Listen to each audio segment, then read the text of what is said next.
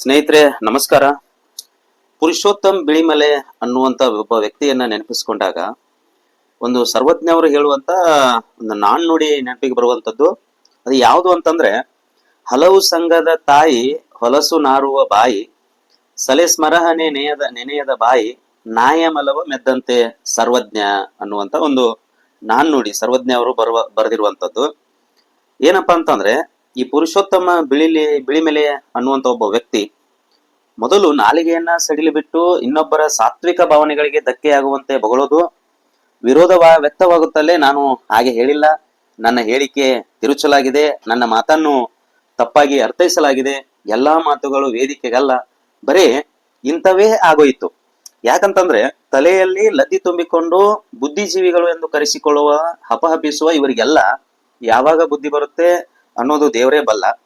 ಬಹುಸಂಖ್ಯಾತರ ನಂಬಿಕೆಗಳನ್ನ ಮತ್ತು ಆಚರಣೆಗಳನ್ನ ನಾವು ಆರಾಧಿಸುವ ಕಲೆಯನ್ನ ಧಿಕ್ಕರಿಸಿ ಮಾತನಾಡಿದರೆ ಹಿಂದೂ ವಿರೋಧಿ ರಾಜಕಾರಣಿಗಳು ಇವರಿಗೆ ಸರ್ಕಾರದ ವತಿಯಿಂದ ಬಿರುದು ಬಾವಲಿಗಳನ್ನ ಸಹ ನೀಡಿ ಹಾರು ತುರಾಯಿ ಹಾಕಿಸಿ ಸರ್ಕಾರಿ ಕಾರ್ಯಕ್ರಮಗಳ ಉದ್ಘಾಟನೆಗೆ ಆಹ್ವಾನಿಸುತ್ತಾರೆ ಎನ್ನುವುದು ನಮಗೆ ಗೊತ್ತಾಗಿರುವ ಸಂಗತಿ ಕೂಡ. ಇಂತಹ ಲದ್ದಿ ಜೀವಿಗಳಲ್ಲಿ ಒಬ್ಬರಾದ ಪುರುಷೋತ್ತಮ್ ಬಿಳಿಮಲೆ ಅನ್ನುವಂಥವರು ಈಗ ಸಿಕ್ಕಾಪಟ್ಟೆ ಪ್ರಚಾರದಲ್ಲಿರುವಂತದ್ದು. ಇವನ ಪ್ರಕಾರ ಯಕ್ಷಗಾನ ಎನ್ನುವುದು ಸಲಿಂಗಕಾಮವನ್ನ ಪ್ರೋತ್ಸಾಹಿಸುತ್ತದಂತೆ. ಹೇಗೆ ಎನ್ನುವುದೇ ಈತನೇ ಹೇಳಿದ್ದಾನೆ. ಏನಪ್ಪಾ ಅಂತಂದ್ರೆ, ಮೊದಲೆಲ್ಲ ಯಕ್ಷಗಾನ ನೋಡಲು ಹೋದಾಗ ಈತ ಕಲಾವಿದರ ಡ್ರೆಸ್ಸಿಂಗ್ ರೂಮ್ಗೆ ಹೋಗಿ ಸ್ತ್ರೀ ವೇಷಧಾರಿಗಳು ಬಟ್ಟೆ ಬದಲಾಯಿಸುವುದನ್ನ ಬಹಳ ಆಸಕ್ತಿಯಿಂದ ನೋಡುತ್ತಿದ್ದಂತೆ.